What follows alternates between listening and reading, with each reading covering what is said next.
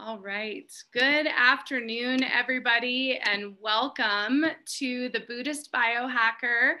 Welcome to our podcast and our vlog. And for everybody who's listening on the replay later on iTunes and Spotify, welcome to you as well. It is so wonderful to spend Wednesdays with all these incredible people that I love, and teachers and healers and beings of light. And we are back again this afternoon with Julie Hoyle. Welcome back, Julie. Thank you. I'm excited. Me too. And I'm excited to share with everyone that Julie's going to have a regular monthly segment with the Buddhist Biohacker. So I know so many of you have just loved and appreciated her teachings and her words of wisdom. And you're going to be able to get more and more of that, which is just a gift for all of us. So thank you, Julie, for doing that and being part of the Buddhist Biohacker. It's just, I cannot say enough how grateful I am. Thank you. Yes. So we are deep diving into the shadow, and we are going to deep dive right into it. And so for everybody who's listening, a couple of things to know. First is, if you haven't listened to Dancing with the Shadow or watched it here on YouTube, absolutely do. It will give you some background information into what we're talking about today. And if you're just listening today and you go back, it'll just add on to what we talk about today. And for all of you who are watching on YouTube, don't forget to hit the subscribe button. And if you guys want to share your stories, we'd love to hear them. Comments here on the live. You can also go to our MeWe forum for Buddhist Biohacker and share all of your comments there. So enough of all of that. I'm going to let you start, Julie. Let's just talk about the shadow, wherever you want to start. Yeah, that sounds great. Well, first of all, thank you, Lisa, for this opportunity. You know, I really love being here. I love sharing. I love building community. It's really important, especially at this time, in this time of unknown, the great unknown. So this is an incredible blessing. So for those people that might not have listened to the last presentation on the shadow, just as a kind of a brief overview, the shadow essentially is aspects of our personality and the psyche that are repressed and therefore unconscious. And there's a whole host of reasons why aspects of our personality may be repressed and unconscious. And it could link to, trauma, negative experiences as kids. It could link to belief systems that we inherited from our parents. It could be, as a result of what happened through, primary school or middle school or high school. There's a whole host of reasons. But the main thing to understand is that, it's the aspects of our personality and our psyche that are unconscious to us. We're not familiar with them. So what happens is our behaviors are really kind of directed in a way by those unconscious patterns. So the beauty of doing this presentation and the beauty of you doing the work with the shadow and investigating what that means for you is that not only do you become more conscious, but you also have access to vitality and energy that you don't formally have when, your conscious parts of your conscious mind or unconscious mind are repressed.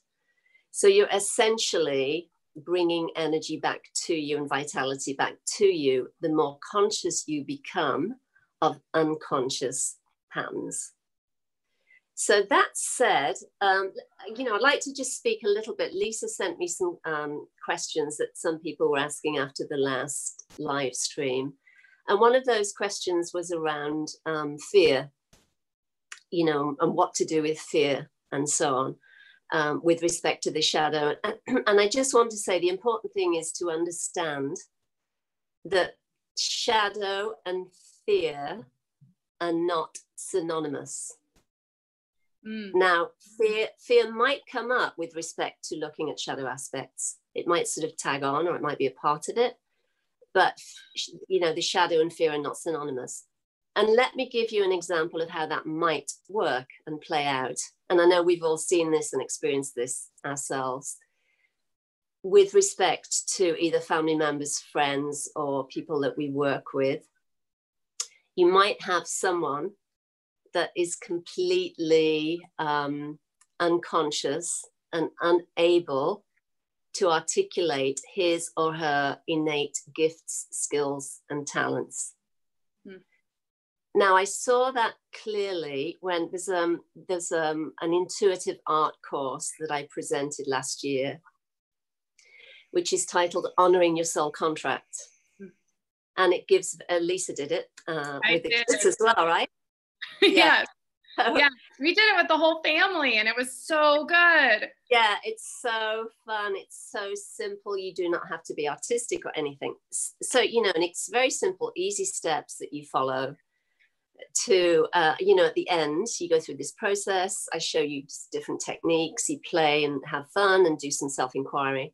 And at the end of it, you've created a really beautiful, very unique painting that is absolutely true to you, is meaningful for you.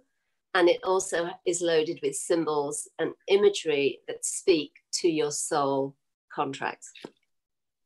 So one of the parts of this course in the very beginning is to just sit down quietly and reflect on the things that people have said to you, you know, since you were for as far back as you remember, about what they see in you with respect to your skills and your gifts and your talents, and to write those down. Very simple. To me, that, you know, it's a very simple exercise. And yet, you know, you don't have to write an essay. It's just words, right? So I gave mine as an example and showed everybody. And I cannot tell you, Lisa, how many people struggled with that simple exercise. They had difficulty seeing what their gifts, skills, and talents were. They had great difficulty articulating them.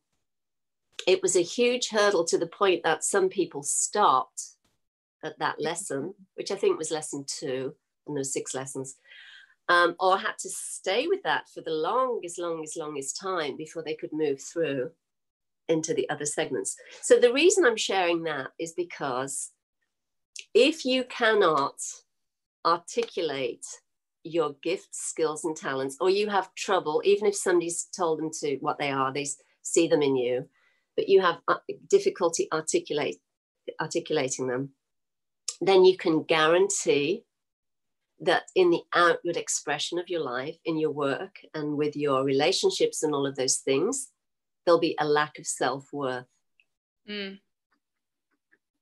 So in that instance, the repressed shadow elements are positive. They're not negative. Oh my gosh, I love that. So, and this happens more often than I can tell you. And I'll give you another example. And I think when I, you know, sharing from my own direct experience is very helpful for other people, because these experiences are so simple. It's not like you have to sit and like meditate for 3 hours or something. You know what I mean? It's very simple. Everybody can see it and everybody can recognize it, because we've all seen it either in ourselves, or we've seen those aspects in people we've worked with, or with loved ones. And I know there can be, with loved ones, with a sibling, for example, there can be so much frustration when you can see the talent and the skills and the gifts that this sibling has, and yet he or she cannot see it for themselves. They not only can't see it, they don't know how to utilize it. And so there's this kind of then persona that is expressed that is really always undermining their innate gifts. So let me give you another example. Another example is this. When Tony and I've written about it in the book, but we spent time in India at an ashram, which was wonderful, which is where the shadow introduced itself to me, you know, full blown, up front and center. And I wasn't expecting it. I didn't know what it was. And it was like, what? So anyway, it really got my attention. And from that point on, I said, you know, I'm really not half-assed, excuse the term, when it comes to going for it. But I just said, I'm just going to go for it and deal with it, no matter how it shows up, right? That was my mantra, because I wanted to push through and deal with it and really see it. And I used to say, you know, I can be sometimes a bit slow. So just I needed to be right here so I don't miss it, kind of thing. So anyway, I had some of my own seeings that were happening that were pretty intense. And then at a certain point, Tony and I, and a big group of us, were getting ready to leave the ashram. And the administration very generously and very kindly created an amazing program that would help all of us to be able to refresh our CVs, our resumes. Oh, okay. And be prepared to, you know, and to go into job search. So they gave us time off our kind of regular jobs at the ashram to be able to revisit our resume and get that all squared away. And also to be able to speak about our time at the ashram in a way that sounded professional and didn't sound woo-woo, if you know what I mean. Yeah. So we were using language like working for a not-for-profit organization and speaking about the departments we were in and so on. So that, you know, in the professional domain, there would be an understanding and there'd be a meeting place. Yeah. Rather than a prospective employer thinking, you know, this person's been off in India, you know, meditating on his or her navel and not doing anything.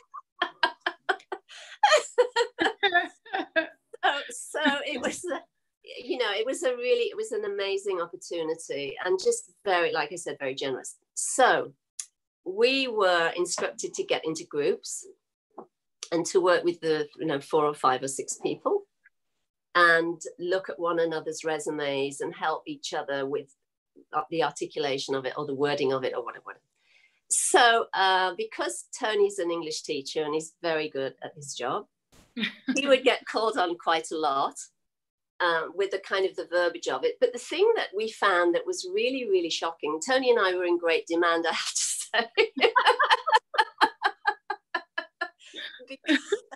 But the thing that just blew my mind was how many people had difficulty articulating their gifts, skills, and talents. It was shocking. It was really shocking.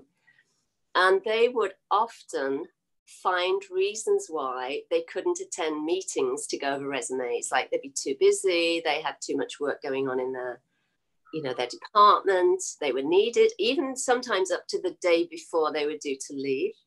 Oh, wow. They would look for strategies to avoid doing the work of looking at what their gifts, skills, and talents were and articulating them clearly. And that was a huge eye-opener, really, for both Tony and I, because we said, wow, you know, if you can't put that down on paper, then how, with friends as well, you know, which is non-judgmental, how can you expect to sit in an interview and be able to speak to your gifts, skills, and talents and speak to what you can bring that organization going forward, you know, in a new and expansive way. So that was really an eye-opener. But the reason I'm sharing that is because that, again, is another example of the shadow being positive, repressed and unconscious and all. And, you know, and those people, excuse me, that I'm speaking to were completely unaware of, obviously they felt uncomfortable, there was discomfort, that's why they didn't want to go there. But they did not know that what that related to was the shadow. And really, I was only just beginning to kind of be able to put word to it at that point, because that was fairly new to me as well. But, you know, as time went by, I began to see, because this has come up a lot in some of the counseling session work and the readings and stuff I do with people, that this is not as uncommon as we would think. So the reason I'm sharing that again is because the shadow has both positive and negative elements, but the outcomes, you know, are always that whatever is repressed, even when it's really deeply unconscious, and it usually always is deeply unconscious, it has to be projected out, onto the world, either onto the closest person, the person we live with, onto family members, or onto, work situations, or, it might be some poor clerk in a shop, in a store, in a shopping mall or something that gets somebody's file. You never know how it will show up. And the other important thing that I do want to speak to as well, because this is really, really worth investigating, and that is the standing we have in our family with respect to being, the sibling, where we are in terms of our number, if you like, in terms of where we are in the sibling hierarchy or hierarchy. Yeah. Tends to be played out in our social groupings. Again, it's unconscious. And I'll give you an example. For example, if you have, let's say you have 3 or 4 kids, let's say 3 boys and a girl, and the girl's the youngest one, she's the baby, and she's treated like the princess, and everything's done for her, and she's, everything's just magical, and she's just, yes, the queen of the house, so to speak, or whatever, the princess. There'll be that kind of orientation or expectation, or there'll be a drive to look for that in the social kind of standing and hierarchy. And that, always plays itself out until we become conscious of, what that sort of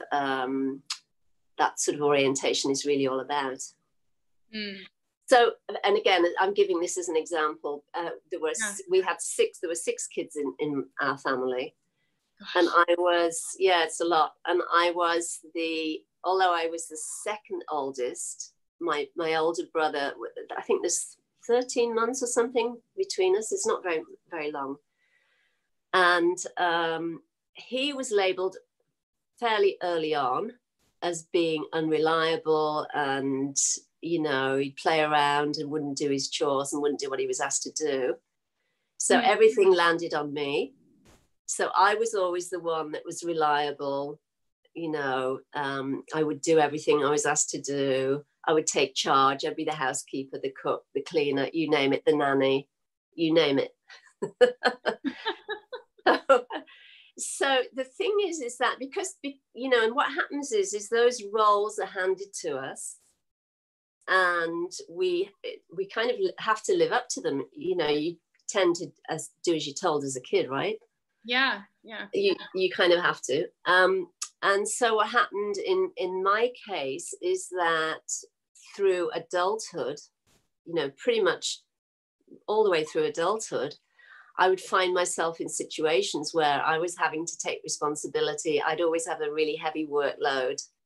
I'd always have it to be taking care of, a lot of things and a lot of people, and I'd often see, other staff members with half the workload that I would have, for example. So there was always that going on. And, the one aspect of that too is that when we're trained to always be the reliable one, responsible one, take on a lot in the home setting, then what happens is we kind of are not surprised when that shows up in our working life.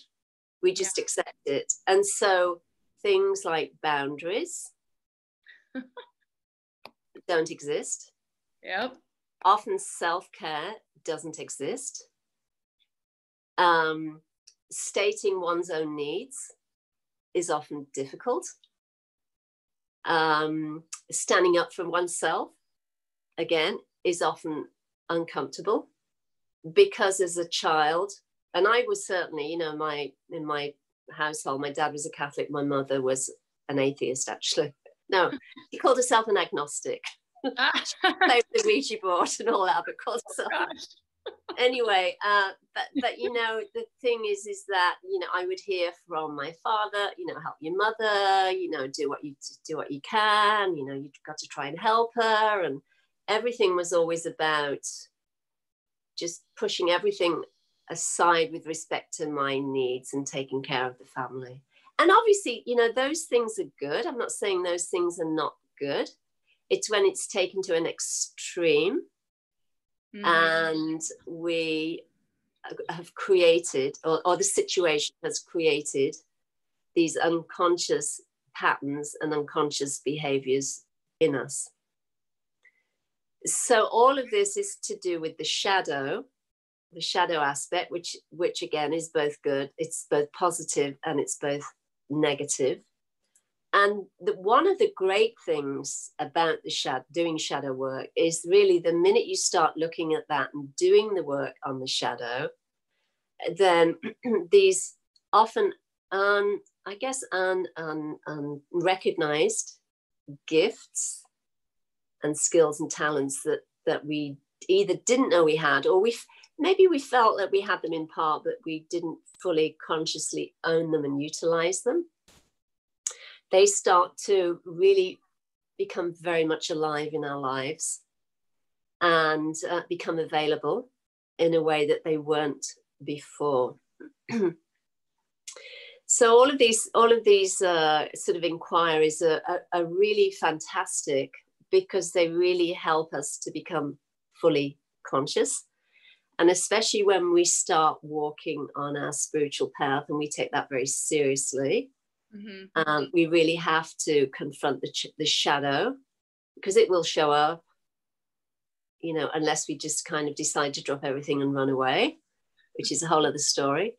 But, you know, it does show up, and we start to see it really clearly.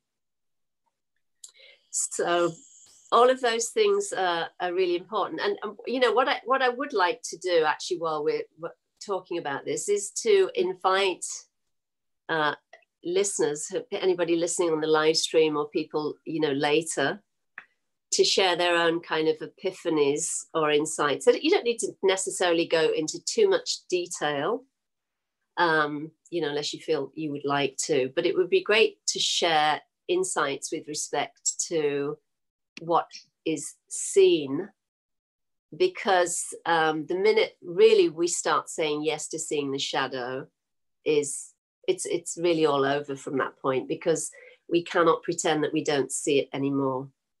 Yeah, well, and there's a lot of you guys watching live right now. Please use the live chat. I'd love to hear your comments and questions. We have somebody who wrote they watched the Dancing with the Shadow and they were really excited. Somebody else said, bring it on. Excellent. That's me. Bring it on, baby. Bring it on. Like, and I wrote it in my journal in like thick marker. And of course, what happened? I can't wait to hear that. Well, all hell broke loose. Literally all hell broke loose. So I will speak about that.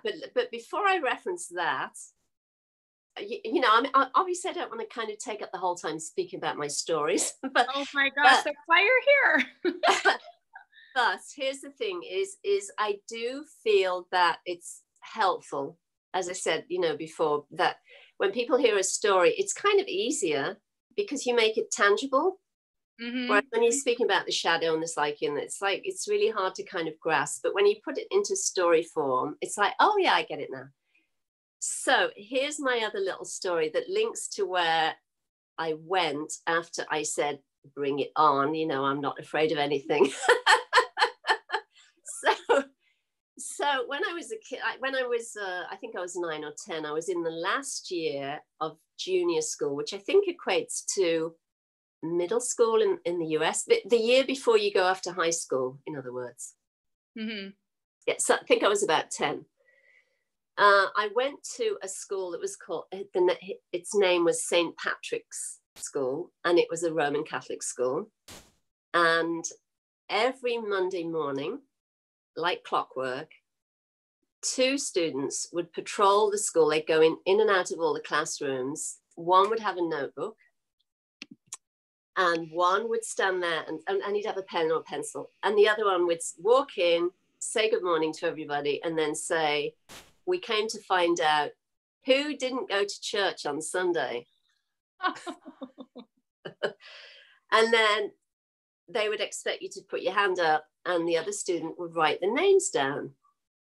So I never went to church on a Sunday because my role, I had to get up and clean and cook and caretake and take care of my brothers and sisters, because my father used to work on a Sunday and my mother worked nights. She was a night nurse. So often she would come home exhausted at 8 o'clock in the morning, go to bed for 4 hours or something, and then get up. And I would have, cleaned and done the washing and, cooking, and tried to share it out with my siblings, but, the younger ones, they couldn't do it. So anyway, my time was taken up. So I didn't go to church on a Sunday. And I wasn't going to put my hand up. So I didn't say anything. I just would kind of look the other way or keep quiet. So one Monday morning, my brother walked in with one of his friends, with the same kind of request. My brother Martin, and his friend was there with his notebook and pencil. And then he asked, who didn't go to church? So I wasn't saying anything, and I was just looking like that. And then Marty went, you didn't go to church. Oh, God. So he pointed at me, you didn't go to church. And I was like, I didn't say a word. I just kept quiet, right? So the boy wrote my name down, and off they went. So later that day, I was very upset. I went home and I told my mom, I said, guess what Martin did? Can you believe it? He told the teacher I didn't go to church. They wrote my name down in the book. So my mom just burst out laughing. She thought it was the most hilarious thing ever. So I was like, okay. So 4 days later, 4 or 5 days later, it was in the afternoon. We used to have art once a week. And it was the lesson I used to love and look forward to for, obvious reasons. Yeah. So I was there, I was all excited. I had my painting on the desk. I got my jar of water and my paintbrushes, and I had all my paints, and I was ready to go. And I got my paintbrush, and I was deciding what colors to put on there. And I was, cleaning the brush and getting ready to go into the reds and blues and all of that and play around, And then I heard the art teacher, Julie, put your brush down. So I put my brush down. Sister Virgilius wants to see you in her office right now. Oh, gosh. So I put my brush down, walked down the hall, and I'm thinking, and she was mean. She was like the head nun at the school. And she was a real tyrant. Everybody was terrified of her. So I was trying to figure out what I'd done wrong. I didn't have a clue, actually. So I got to her office. She called me in. She said to me, is it true you didn't go to church on Sunday? And I said, it's true. She said, get down on your knees. And there was like a wooden plank. They're like a stool thing. Mm-hmm. She said, get down on your knees and repeat the Lord's Prayer and Hail Mary. And you're going to do that until the end of the lesson. Mm. So for an hour and 20 minutes, oh, wow, I repeated the Lord's Prayer and Hail Mary on my knees with her watching me. She watched me for a few minutes and then was tidying her office and doing whatever. And then she released me and let me go. So, of course, again, I was very upset. When I went home, I told my mom. And again, she laughed her head off. She thought it was hilarious. And I was just terribly upset at the injustice of it. Because, obviously, Sister Virgilius didn't say to me, did you go to church? And then, why is it you didn't go to church? There was no why. Yeah. It was just, punishment. So really, as a consequence of that, and the reason I'm telling that story is because the Catholic Church and the imprint of punishment and sin and wrongdoing was kind of imbibed quite deeply into my psyche as a consequence of that, and also a consequence of other things that I saw happening too. And I remember that when I was leaving the office, it was a pivotal moment in many ways, because I remember thinking, that's it. Because I'd had direct experiences of Jesus as well. Mm-hmm. To me, that was not his way. Yeah. You know, where's the compassion? Where's the humanity, actually? So I just decided, when I get the opportunity, when I leave this school, which it wasn't too far down the road, it was just a few months, and then I'd be going off to high school, I would make a choice deliberately and consciously not to go to a Catholic high school, because there were Catholic high schools and they wanted us, and Sister Virgilius really wanted us to, and wanted me particularly to go to a Catholic high school. Mm-hmm. And from that point on, I said, I'm done. It's finished. I'll just, move through this time, and then I'll go to a non-denominational school. So anyway, I'm telling you that story just because it kind of really highlights just how kind of imbued that kind of way of training, I guess you could call it, gets into your psyche. And then with a lot of teachings about hell and the devil and limbo. We used to hear a lot about limbo, and actually limbo scared me more than hell. Yeah, same here. It's like, I think I'd rather go to hell. At least there'd be fire and there's light, and there's some activity. Limbo sounds terrible. It's great. I don't see anything. So it's always painted in this terrible picture. So anyway, again, the reason I'm telling you this is because of what happened at the ashram when I began to see the shadow aspects and all the anger that had been repressed and very well hidden and very well pushed down inside of me, because the persona I had always cultivated was being very calm and serene. And, and I really kind of had to be like that, given my, especially growing up in my, in the home I was in. So there was all of this demeanor, but because underneath there's this just boiling anger. So the minute I started to see the shadow and I said, bring it on, very naturally, what started to happen is I started to have dreams about confronting the devil. And ordinarily, and this went on for, I think, close to 2 years, maybe 3 years, on and off. Yeah. So it just shows you how deeply kind of embedded these kind of beliefs can be. And obviously in this situation, there was a lot of fear that was kind of anchored to that too. And that was actually consciously taught to us to be afraid of the devil, to be afraid of hell, to be afraid of, finding yourself in this situation. And obviously fear has its place. It can be healthy. I'm not saying it's not, it's always kind of a negative. But anyway, what happened was I'd start to have these dreams, and oftentimes what would happen is I would wake to lucidity, because these are all lucid dreams. And anybody that's had a lucid dream knows that in lucid dreams, the kind of the energy and the intensity of an emotion is heightened. It's much more kind of strong and vivid and alive and real than in the waking state.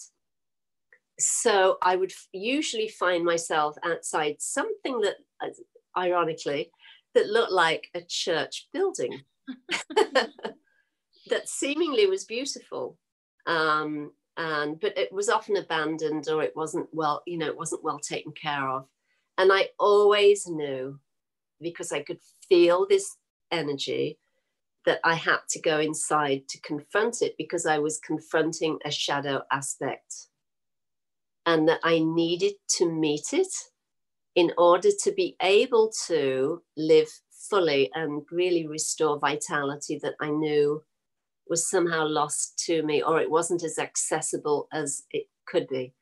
And so invariably I would, find a way to go into the building, and then there would often be a stairway that would descend So I'd just start going down, and with each step, my heart would be just thumping out my chest, and I'd feel terror, because the lower I went, I'd start to see smoke, and I would smell sulfur. And I knew that I was going into some sort of devilish kind of situation. Yeah.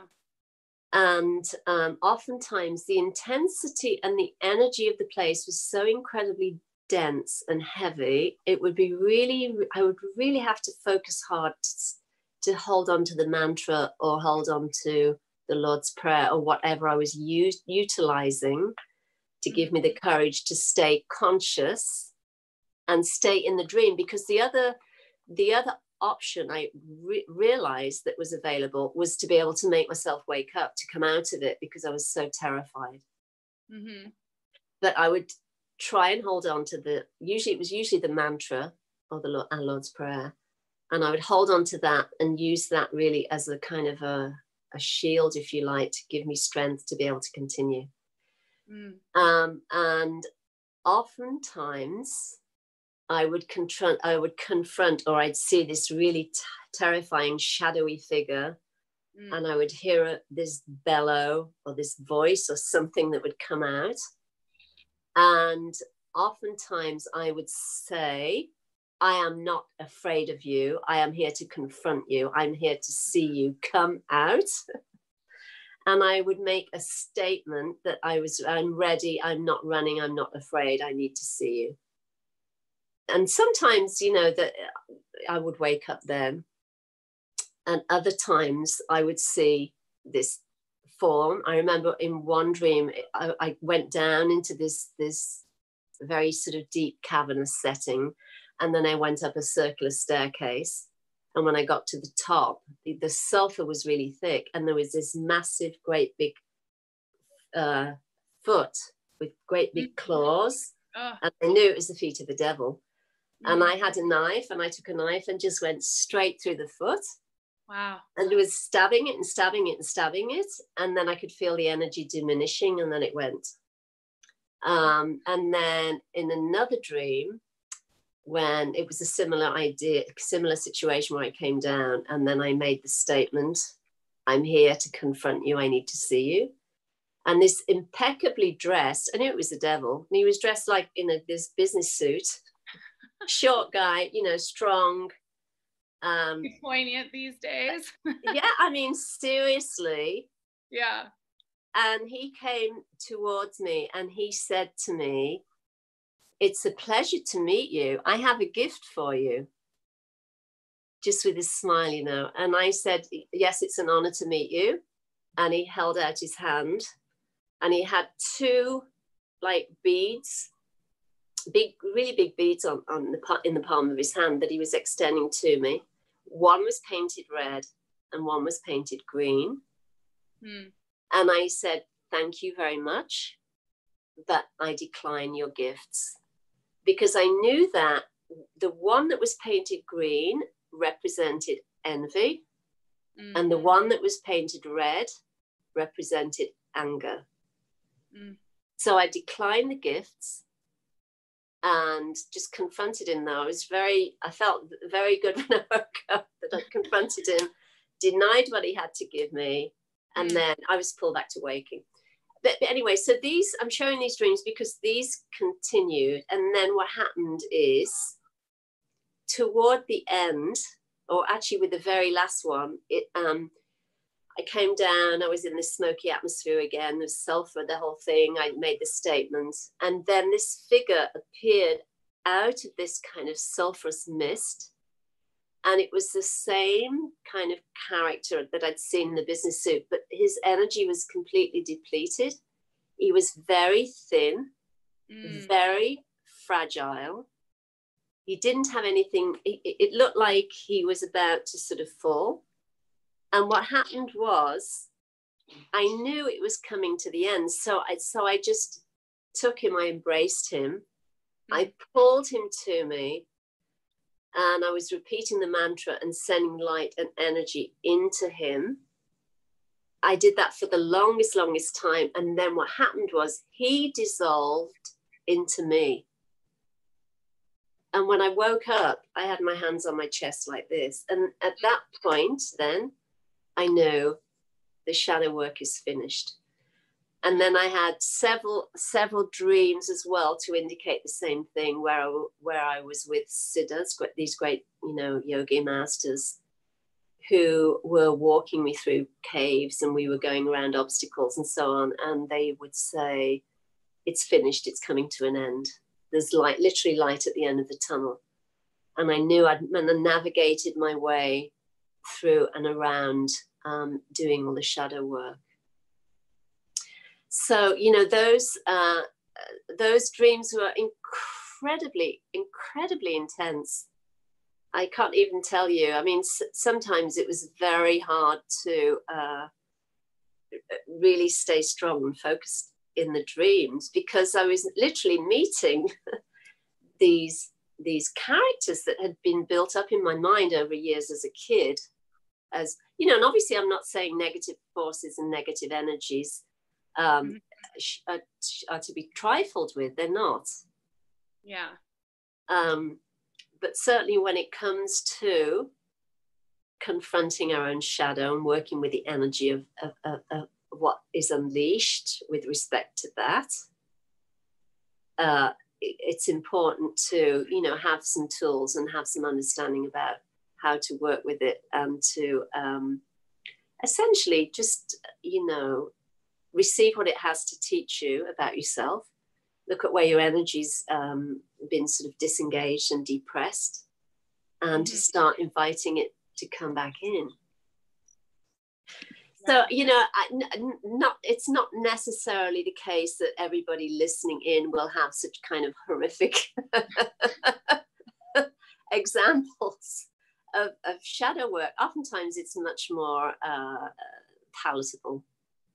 It's a lot easier, and it really does depend on a lot to do with how you were raised and what you were taught as a child, especially when it comes to the boogeyman, you know what I mean?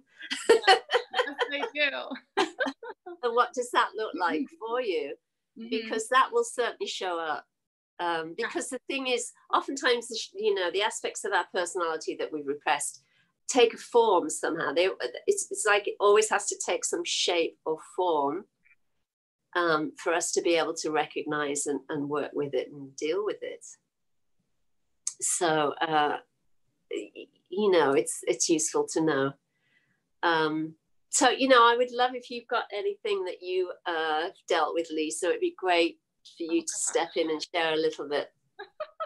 That, and I have a lot of questions, and we have a lot of questions on the live too, so I'll make my share brief. But a couple thoughts that came up.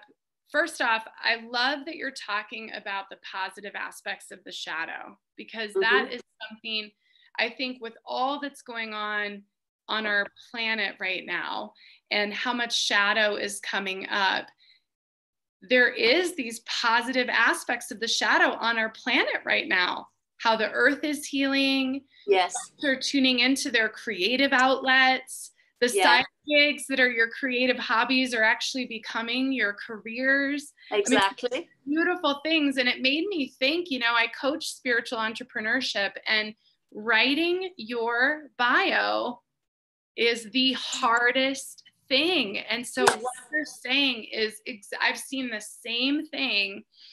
And the only thing I want to say about that, to add to it is by far the most poignant self-inquiry exercise I've ever done. And I've had to write them over and over and over, because every time you transform, every time you open up another gift or another box, it changes. And it's such a potent exercise. Like filling your bio, especially as a healer, but whatever you do, it is transforming in itself.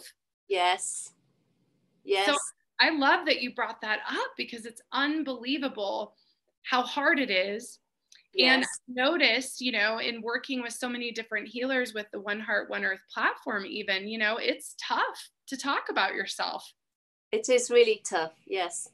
Yeah. So I love that you brought that up. And then I have a question. We've got questions and I'm all over the place. For me, my shadow, I can tell you the lucid dream that I had frequently I wrote in my journal also in all caps, and I think it was 2011, and I was working directly with you. And I remember writing, just stick the knife in my heart. That is what I wrote. And I'll never forget that, because I had this meditation where I just felt like, just get it in there. Like, if we're going to feel the pain, if we're going to feel all this, like, just do it. Like, just do it. And for me, it was I got divorced. My dog passed away. The car blew up. It was like everything was taken away. And all I had was to look at myself. And so I think, I'm trying to think of a specific story, but for me, that was probably the biggest. There were many, many stories, but that was the biggest, where it was like, I remember sitting in my little 1-bedroom apartment, and it was just me. And it was like, oh my gosh, like, and I had to walk to the grocery store because I didn't have a vehicle. And when you take away all those things, yes, the convenience, and that's totally what's happening right now for all of us. Yes. When that gets taken away, and I was schlepping my groceries 2 miles from the grocery store to my apartment, and I would cry. I would cry because I felt like I'd lost everything. Mm-hmm. And that was, in fact, when some of the most profound, beautiful experiences started to happen. And my lucid dreams are always me very angry, shouting at people that I never shared my truth with. And that's been a recurring theme since, really probably since I was a little kid, where I would just express all of this anger. And I've learned that it's so important for me to communicate what I feel. And it goes back to what we were talking about, the boundaries. Yes.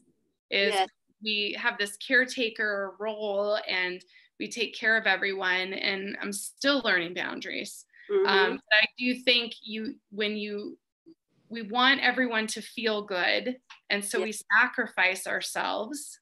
Yes. And so then I'd have these lucid dreams where I'd let out everything, and I'd pound and I'd scream and I'd yell at whoever that person was. And I would wake up in the morning realizing I have to have a conversation with this person. I have to be brave and have this conversation. And so that's something that's been my shadow recurrence with those kinds of destructive emotions, is that it tells me, if that comes up, it's like, okay, I have to have this conversation. But I wrote down a question, and it's actually really amazing how that question is transformed from when I wrote it this morning, just by this conversation. The question I wrote was, I wanted to talk to you about how we attract the shadow by hiding from it. And now that we're talking about the positive and the negative aspects, it just really transforms that question, So I want you to share a little bit about what that looks like for those that are out there. We do have questions, and I promise you guys I'll bring them up in a minute, but I just wanted to ask about this. Well, not that I want to bore everybody to bits, but not boring. Oh my gosh. I can relate again from a direct experience, because I think it's relevant and it shows context. Mm-hmm. So because I've shared a little bit about certainly in the first presentation on the shadow, I shared about when I had the revelation about how the shadow first appeared through this woman screaming at me like a lunatic. And then me thinking, how is it possible an angry person is in such a sacred place? Whoops.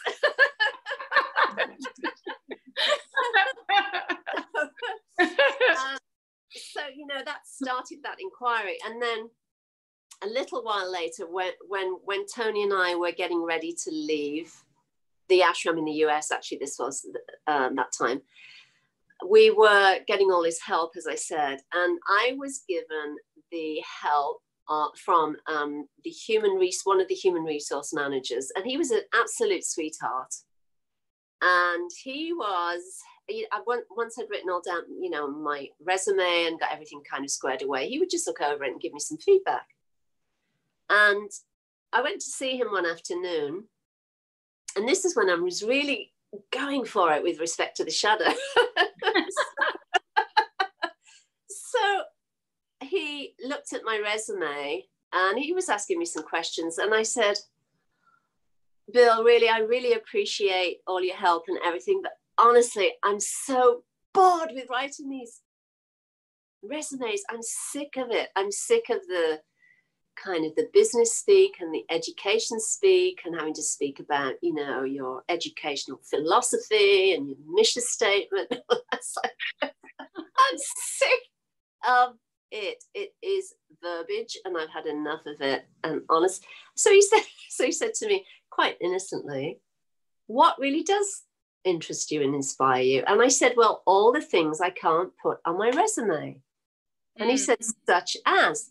I said, "Well, I've been a lucid dreamer since I was a kid." And it was at that point I started opening up. I've been a lucid dreamer since I was a child. I've had out-of-body experiences. I've had angelic visitations. I've had these incredible, amazing, you know, experiences that I can never talk to anybody about. I certainly couldn't put it on a resume, and I certainly couldn't bring it up in an interview situation. So he said, what I want you to do, I'm going to give you some homework. Write a narrative of your life. Not so much the, you know, where you were born and all of that, but more about your inner life, your inner world, and what that looked like. So I was so excited. I can't tell you, like, it's like somebody had been and given me the best present ever. So I just left, and then everything just poured out of me, and I started writing. And what I realize now is that because I'd taken the lid off the shadow, right, then the lid was coming off my gifts, skills, and talents, because a part of the repression with respect to, you know, the Catholic institutionalized kind of teachings that, yeah, and obviously I'm not saying that it's all like that, because it certainly isn't. But certainly the school I went to, there was a constraining attitude. So my gifts and skills and talents and the beautiful expression of those was held down. So because having the wildest fluttering in my eardrum right now. Talking. So keep going, but it's amazing, the energy. Wow. So, you know, so I realized that doing the shadow work so intently, in a way, took the lid off everything else. And it was really at that point then that I started to write. And then I started to have this intuition, oh, I could write articles for Mind, Body, Spirit magazines. And, you know, it has synchronicity starts to kind of unfold and to go and to direct you on these new sort of pathways. And all of that happened consecutively, so to speak. Because I was doing the shadow work, this other stuff came up as well in terms of what had been always lying dormant within me or unexpressed within me. Other than very few people, I'd never publicly shared it. I would never have dreamed of writing a book, for example. That came later, but certainly this was the beginning phase of all of that. Yeah. And that was the direct result of saying yes to doing the shadow work. And essentially, once we say yes, then it's like, you asked for it. Don't complain. Yeah. You can only laugh about it, because when things happen, you're like, did this really just happen? Really? We have a question from Rachel. So thank you guys for listening. We actually have a lot of comments on here, but one of the questions is, how do you do shadow work without lucid dreaming? Which I think is a great question. Well, actually, you know, again, the two aren't synonymous. It's not that you have to be a lucid dreamer to work with the shadow.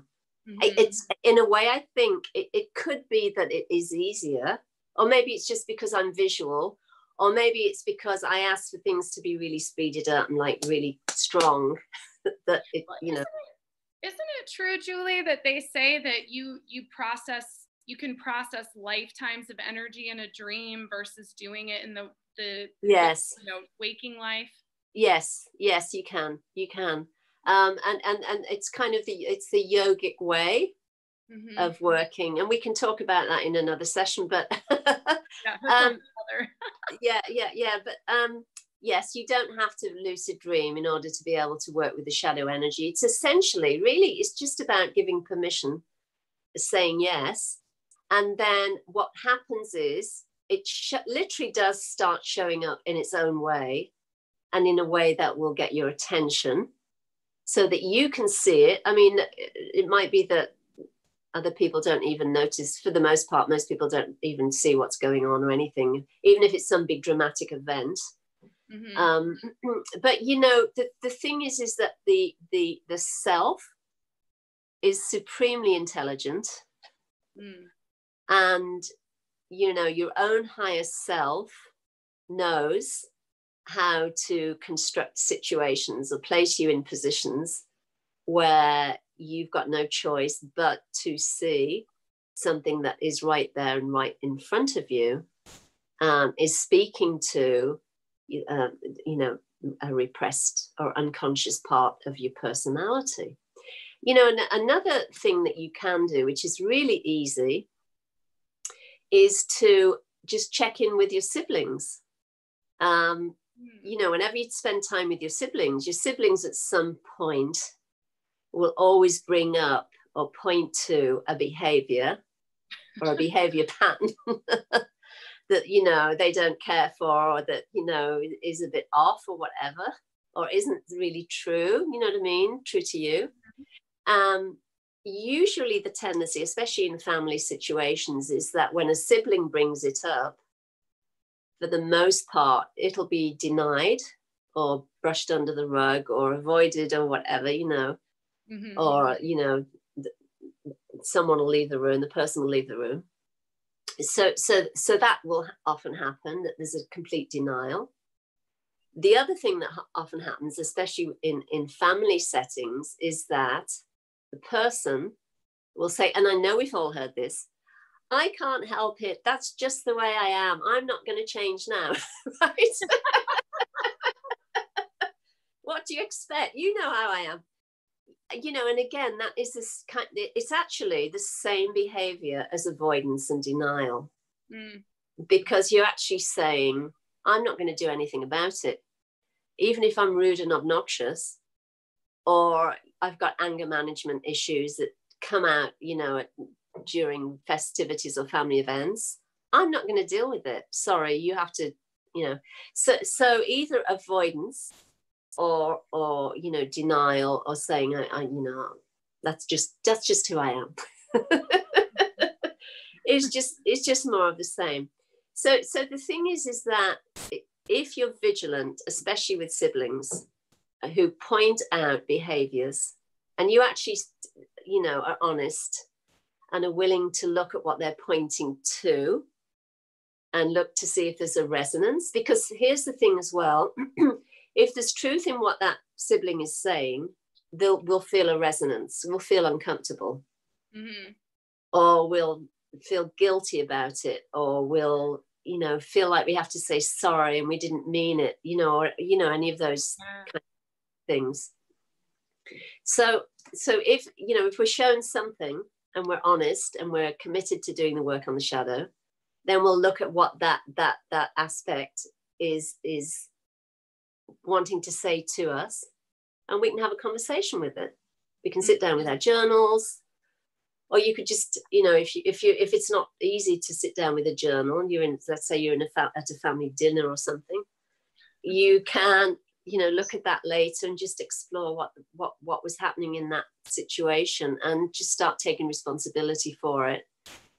Do the work of kind of dismantling it. And as the yogis say, you invite it in to sit down and have tea with you. You meet it, you greet it, you have a conversation.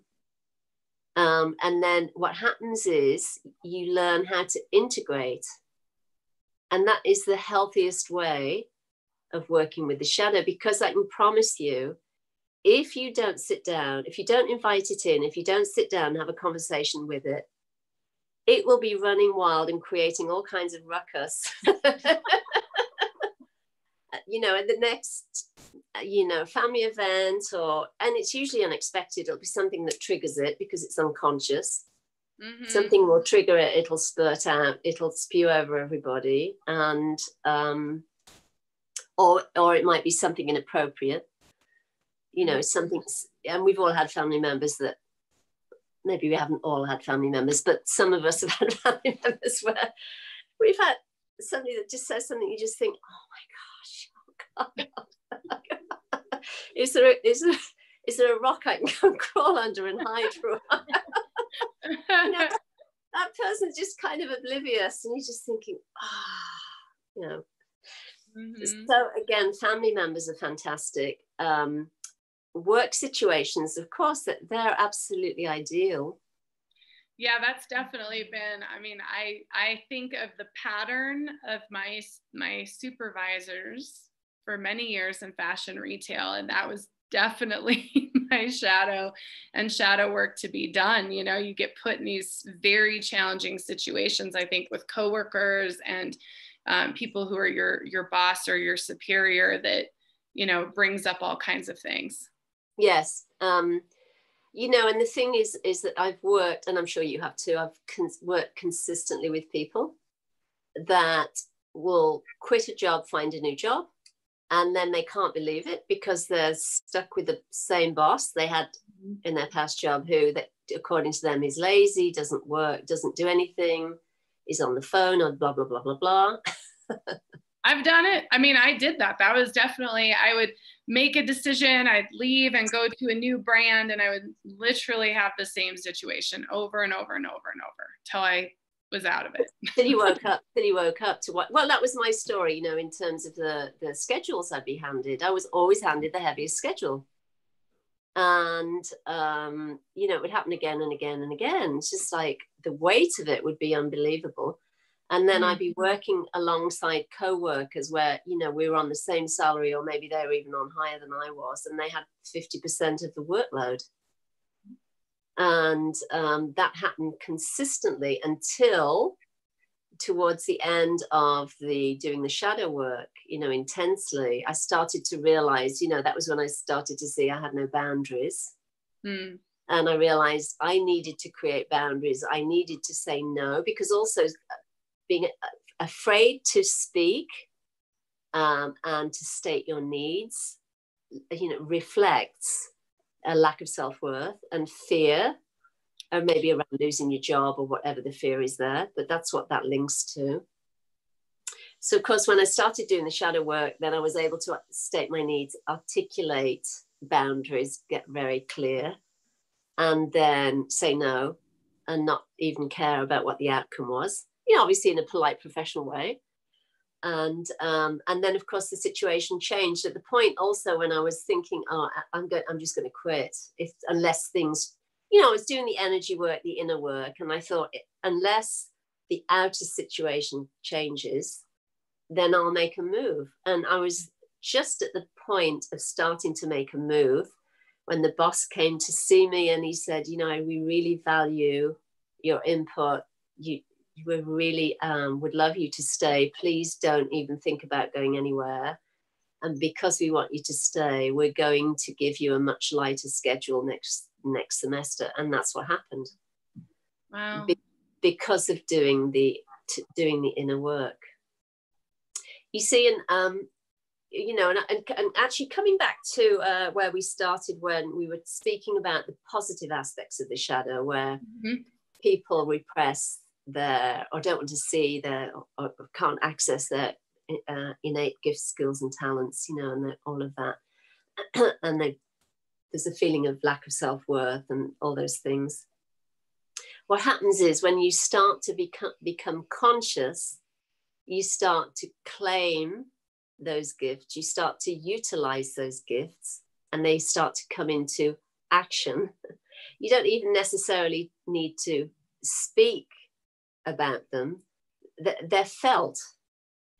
So oftentimes in work situations, you might get a boss and you're doing all your shadow work and so on, you might get a boss that can intuitively feel a shift and then want to speak to you because there's a new opportunity, or there's a new way of working, or there's some big project that he or she wants you to take on. So it's like, you know, absolutely everything shifts and everything changes. But what happens oftentimes, and I think it's true in the West, people tend to think, especially with respect to lack of self-worth, oh, you know, I don't have much confidence. So because I don't have much confidence, I have difficulty articulating my gifts. I can't see my gifts, or I don't know what they are. Mm-hmm. When actually it's the other way around.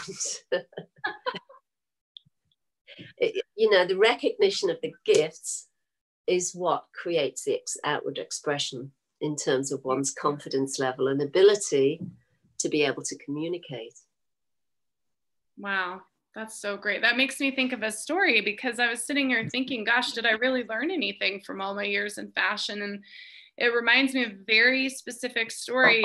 I was in fashion retail for 10 plus years at the time, and I'd had those repeated experiences. I was overworked and frustrated, and I couldn't, it seemed like I was always, the recognition wasn't there. I was always fighting for it, and it never came, and all these things. And then there was this point when I went to Kid Robot, and I'll never forget it because that was an incredible experience. And I remember sitting with Chris, who was the VP at the time, and he said to me, and this is after a lot of work work on the shadow. Yeah.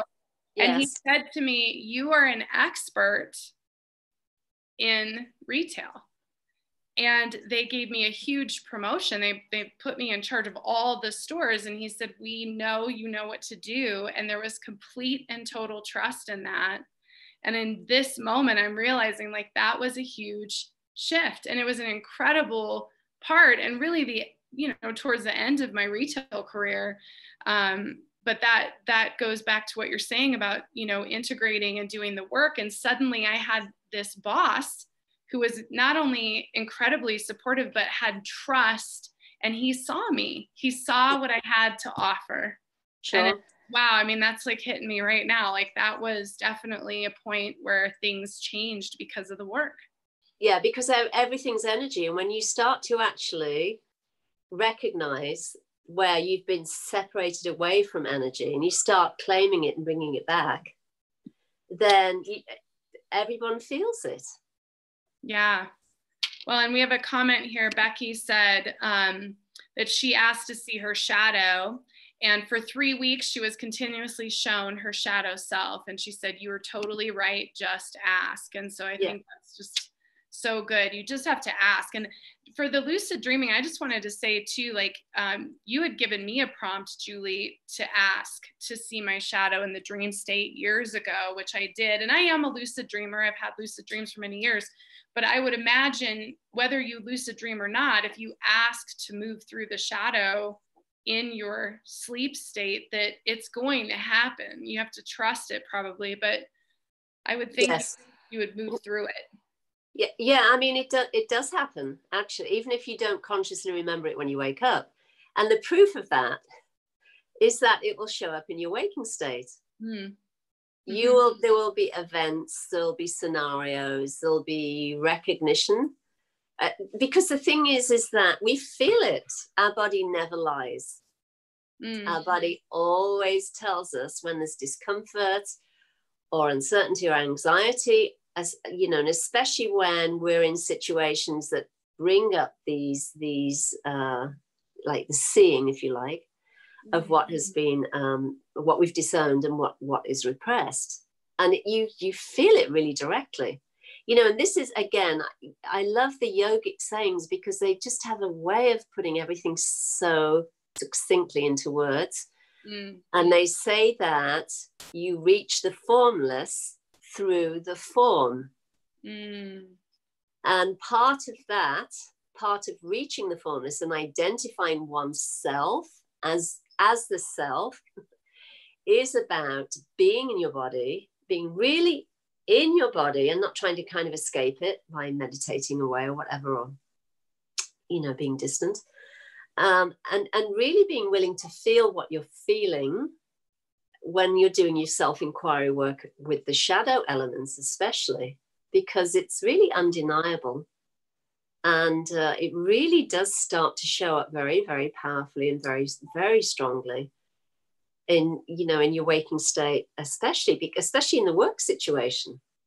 Yeah. Because you're going to keep meeting, bosses that maybe are, not up to the par, or whatever the story is, and or situations where you've really loaded down with work, or you're challenged in ways that aren't comfortable for you.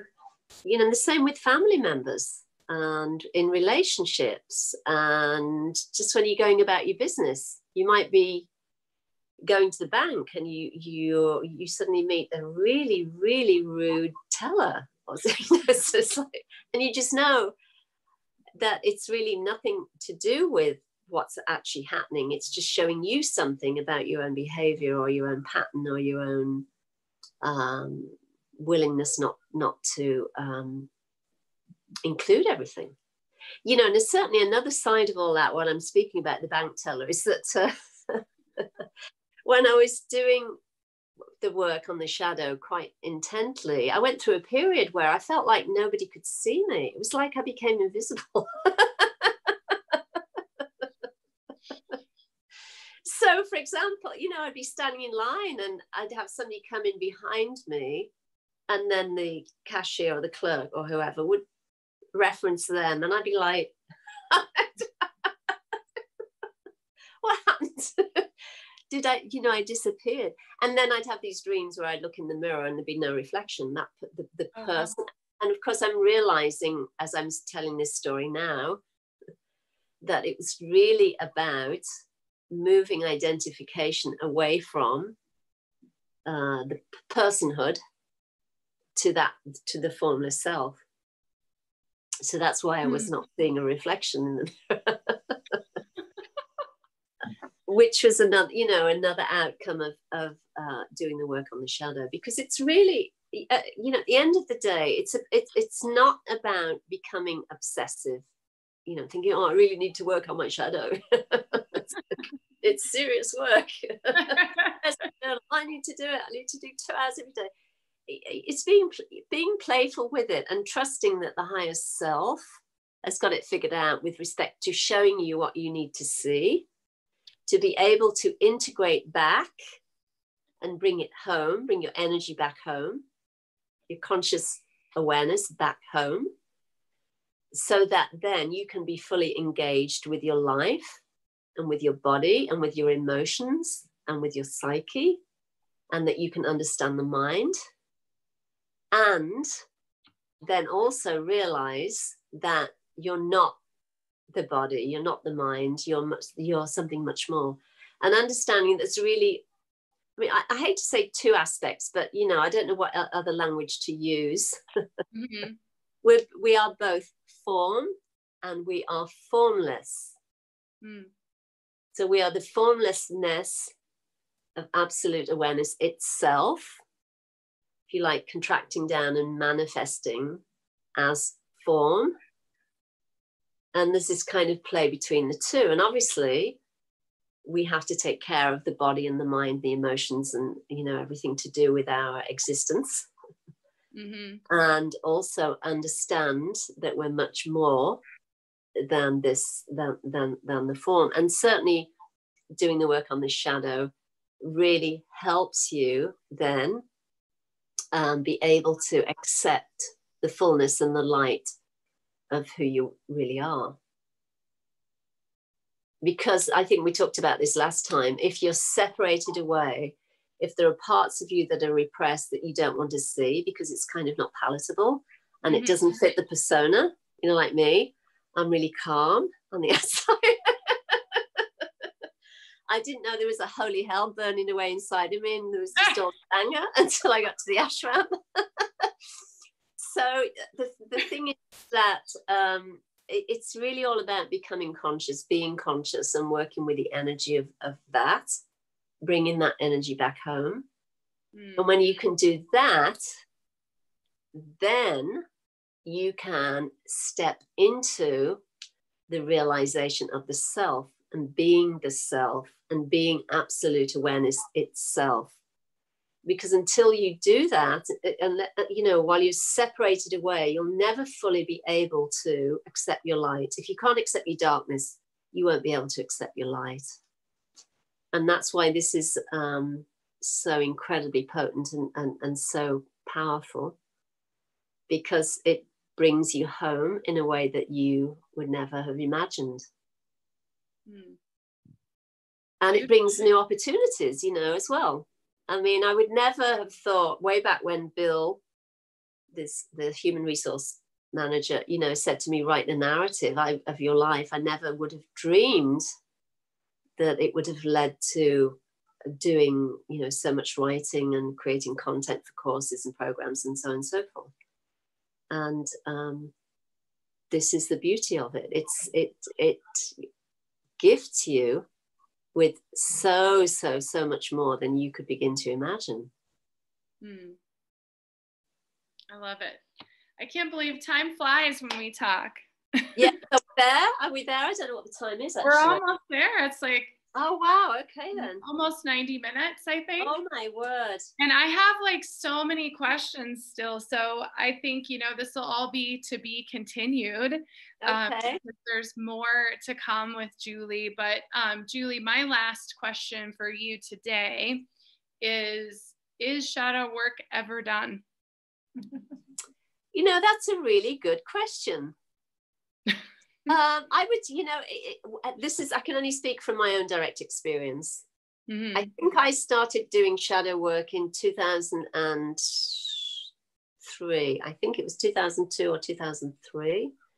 And there was definitely a period where it was very intense. I think 3 or 4 years, maybe up to 5 years, maybe. But then it just kind of loses its sting or its intensity or whatever. And I just laugh. I mean, Tony's great. Tony will point things out and I just laugh my head off. I just laugh and laugh and laugh and laugh. And he always says, you know why you're laughing, don't you? And I say, yes. He says, because it's, you know, it's true, don't you? And I say, yes, I know it's true. So I just laugh at it because it's not such a big thing. It's subtle, I guess, is what it is. And it's okay. And it's welcome.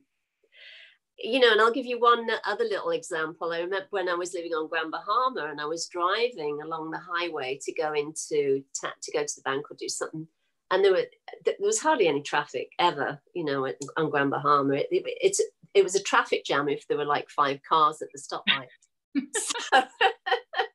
So I need to get there pretty quick. So I just put my foot down on the accelerator and I was bombing along like a lunatic. And I was just loving every second. And as I was going, I just had this image of 2 horns coming out my head. And I was just laughing. And then I was like, okay, no, come on now. So I pulled back.